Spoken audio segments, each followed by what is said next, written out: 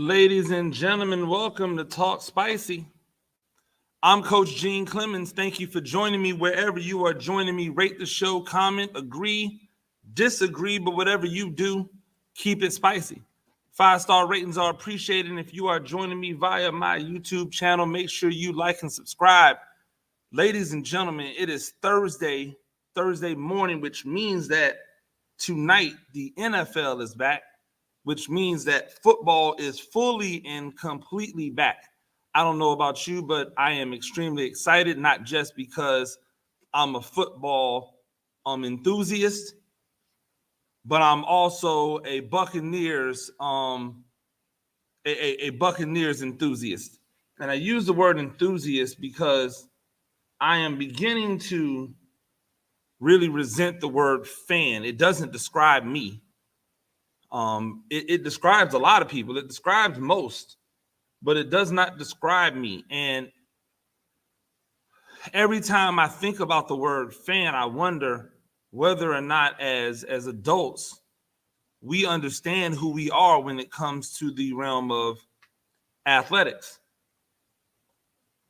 It's weird. As we grow up as adults, we become that we can know who we are. Hey, I am this, I am that. This is what I like. This is what I don't like. We begin to recognize things in ourselves and in others that allow us to make more informed opinions about what we should or should not be, about where we should or should not improve. Yet, when it comes to fans, or when it comes to us as adults, so many times fans at the high school, college, professional level, parents at the youth, high school, college level, don't really understand what it is they're looking at. They don't know themselves, meaning they don't know their team. They don't know their fan base.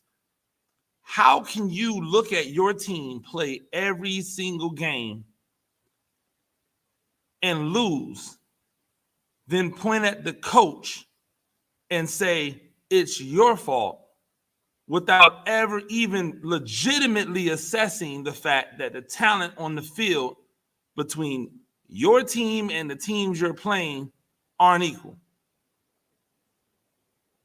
If it is equal, how can you as a fan or as a parent or as whatever say anything to a coaching staff or anything about a general manager or an athletic director or whomever if you yourselves are not assessing what's wrong with your team?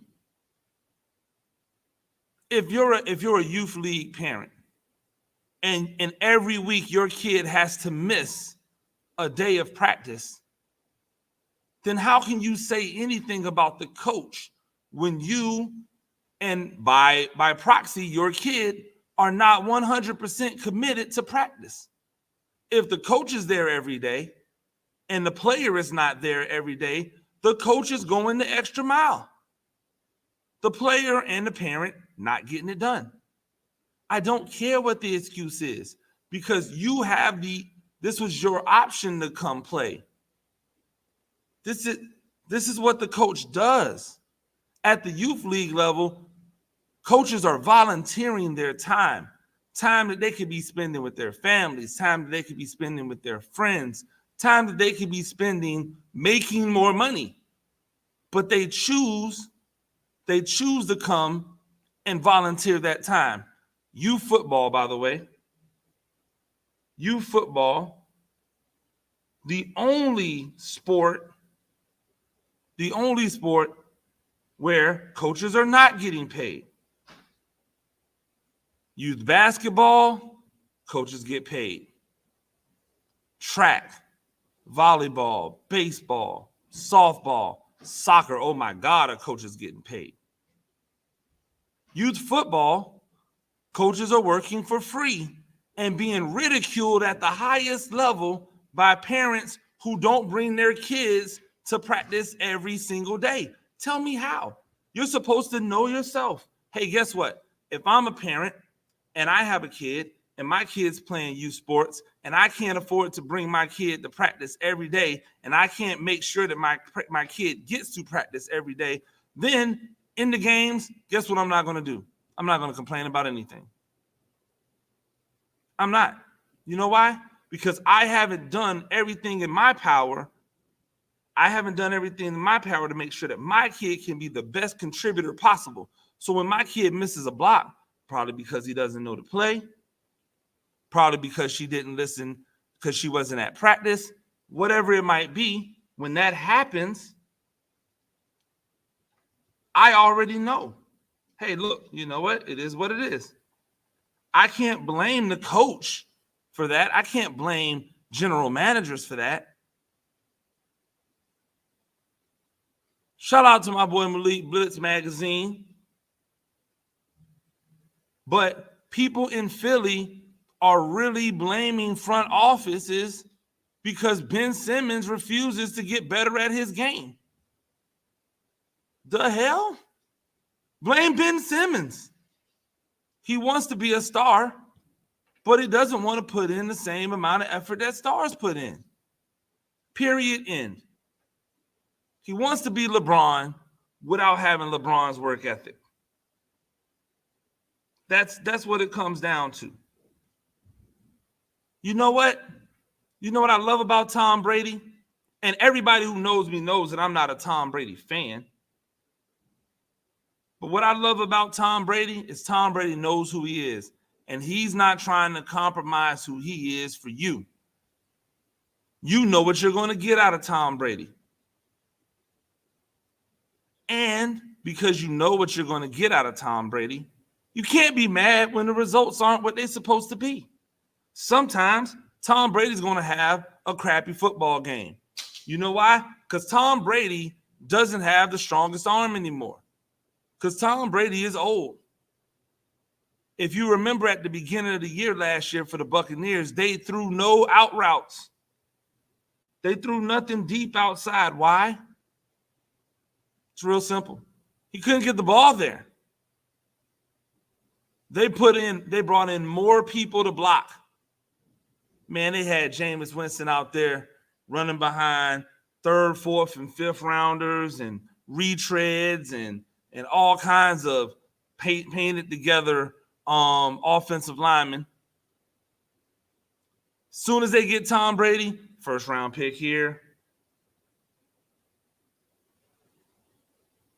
Not one first round pick while Jameis Winston was the quarterback for the Tampa Bay Buccaneers. But you know who Tom Brady is. And you know you've got to keep Tom Brady upright because Tom Brady is not making anybody miss.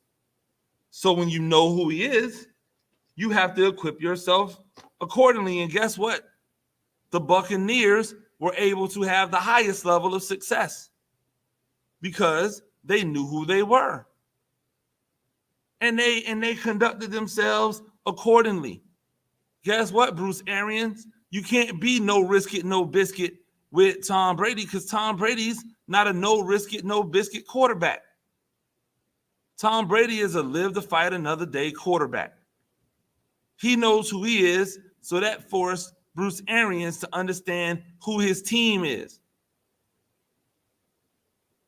As fans and as parents, we need to understand that as well. If our kids are not dedicated, then why do we expect to beat teams who have kids who are dedicated? If our parents aren't dedicated to making sure that our kids are dedicated, how can we ever expect them to rise above? How do you persevere when you don't persevere in practice?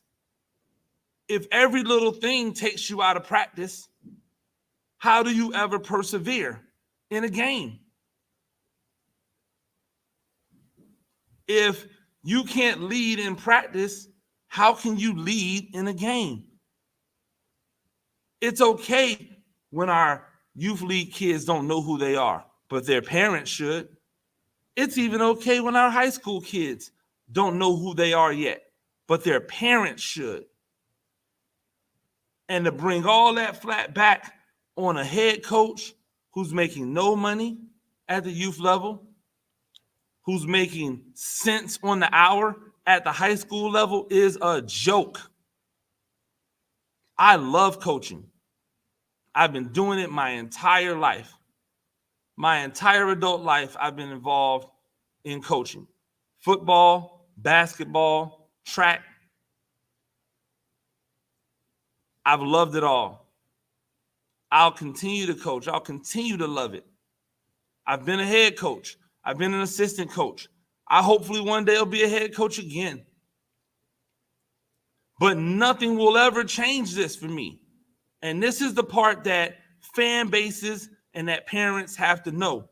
I will never compromise who I am for who you think I should be. Why? Because I know who I am. The question is, do you? I know what to expect from my teams. The question is, do you? And if you don't, do us all a favor. Just be quiet and enjoy the game. Ladies and gentlemen, that's been Talk Spicy. I'm Coach Gene Clemens. We do this thing a few times a week. Rate the show, comment, agree, disagree, but whatever you do, keep it spicy. 5-star ratings are appreciated anywhere you find this podcast. And if you are joining me on my YouTube channel, about 100 away, about 100 subscribers away from 2,000. Keep that thing popping. We'll see you on the other side. Enjoy the game tonight. Peace.